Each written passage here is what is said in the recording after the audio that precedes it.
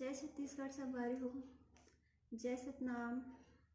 तो आज है 18 दिसंबर और परम पूज्य गुरु घासीदास बाबा की जयंती मनात हन। तो मैं अभी तैयारी करत हूँ बाबा जी की पूजा के और हार बनात हवे हाँ।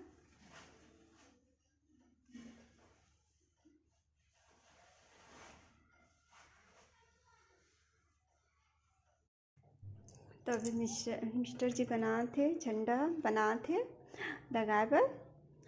तो अभी तैयारी अभी चला थे।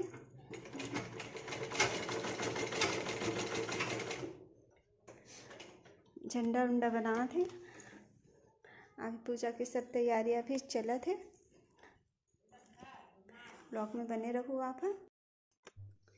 तो हमारे पूजा की पूरा तैयारी हो चुके हैं और मैं दिखाता हूँ कि हम ना कैसे डेकोरेशन करे हैं हमारे बाबा जी के स्थान ला।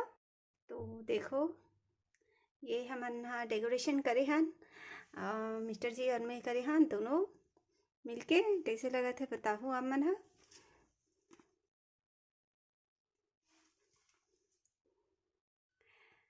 तो देखो सब